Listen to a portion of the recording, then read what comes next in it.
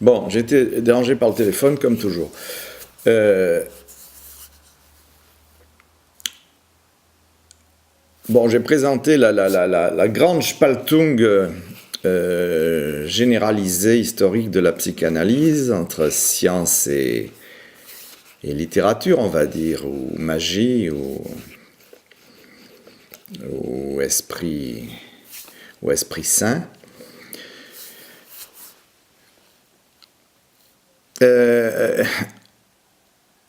Alors, dans cet ouvrage, au fond, il se pose la question de la place de la psychanalyse vis-à-vis de la question de la paranoïa ou du complotisme ou de la persécution, etc.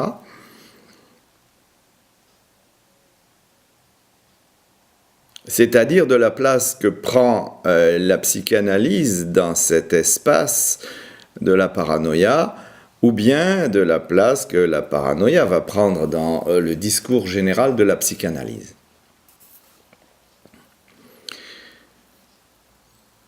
Alors je cite ici bien sûr cette histoire de Freud disant à Jung qu'ils amènent la peste aux États-Unis avec leur psychanalyse, qui d'ailleurs entre Freud et Jung n'est pas accordée, hein, soyons clairs.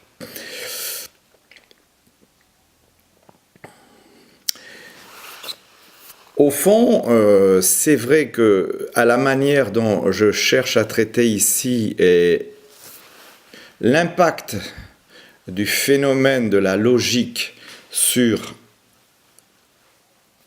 nous autres, sur ce qu'on vit dans ce monde, cet impact de la logique va passer par cette chose extraordinaire que Freud commente dès 1925 et qui est, alors je l'ai mis ici en annexe d'ailleurs je crois, l'article sur la négation dans la traduction de Thierry Simonelli, la logique de la négation.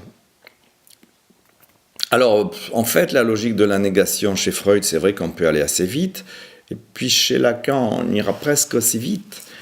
Bon, chez Freud, c'est très simple, hein, il n'y a pas de négation dans l'inconscient. L'inconscient, c'est que du vrai, c'est que du massif, ça n'est que du fait, hein, du phénomène pur, non passé au crible passé au crible de la culture, de la civilisation, du langage, mais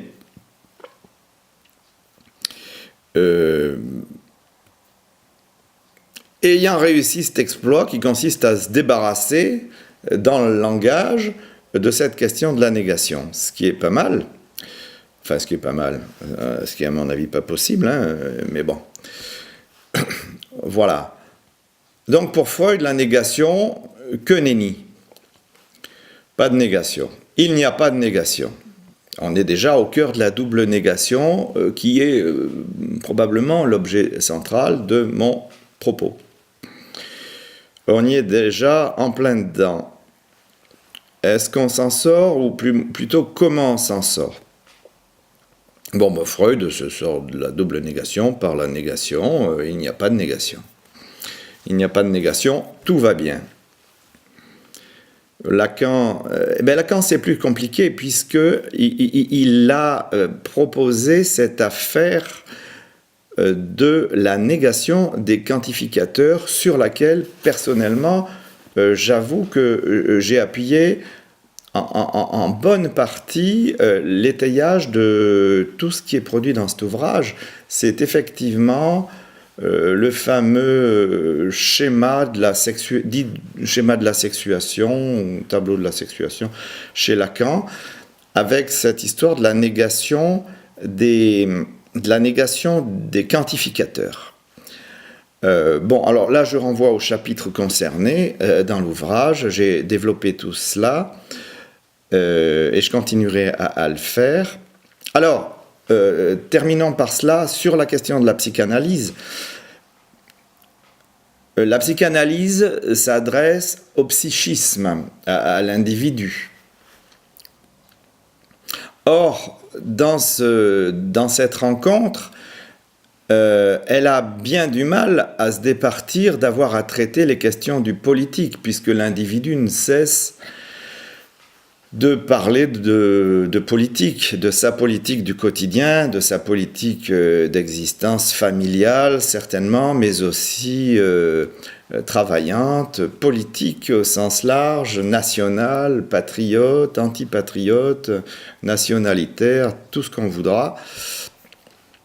On est coincé dès lors qu'on s'adresse au sujet parlant, de Lacan ou de Freud, on est coincé par ce phénomène que ce sujet parlant n'arrête pas de nous parler des réalités politiques auxquelles il est confronté, dans lesquelles il vit, dont il émane, quoi. Mais il est bien évident que ce soit Freud ou Lacan, l'un comme l'autre se sont tenus quand même, on peut dire, très largement loin du politique, et même très très loin. Freud, c'était dans une assez large mesure, on peut le penser, son intérêt. Il n'avait pas non plus trop intérêt à aller chatouiller le monstre qui s'occupait de son petit pays. C'était pas une bonne affaire. Lacan, lui, avait beaucoup plus de loisirs. D'ailleurs, il s'est pas tout à fait abstenu de crâner en 68, de faire le dur, mais ça n'a pas été très loin parce que peut-être parce que la politique, en fait, ne le passionnait pas fondamentalement, et même probablement ne l'intéressait fondamentalement pas. Encore une question de l'usage des négations, hein. Ça, c'était pas sa tasse de thé comme on dit maintenant. Puis il n'avait pas spécialement intérêt à ce que ce le fût parce que c'est quand même une espèce de grand bourgeois, loin des réalités de terrain, jacobin, parisien, très élitiste.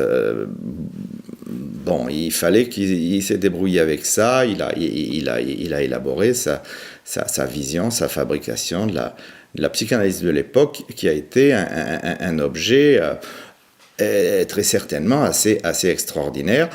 Et les éléments de théorie, que ce soit de topologie, ce fameux schéma de la sexuation, etc., qu'il nous a proposé, nous laissent encore aujourd'hui tout à fait pantois pour réfléchir même les questions de logique, de la pensée, de l'expression, du soi. Est-ce que moi je suis logique? Est-ce que les autres le sont? Est-ce que mon rapport à eux se trouve l'être? C'est pas tout ça, c'est pas gagné. Voilà pour une présentation globale de la psychanalyse qui mériterait des chapitres distincts. Je tâcherai peut-être moi-même ou avec d'autres de chercher à en développer des points de détail si la nécessité s'en fait sentir.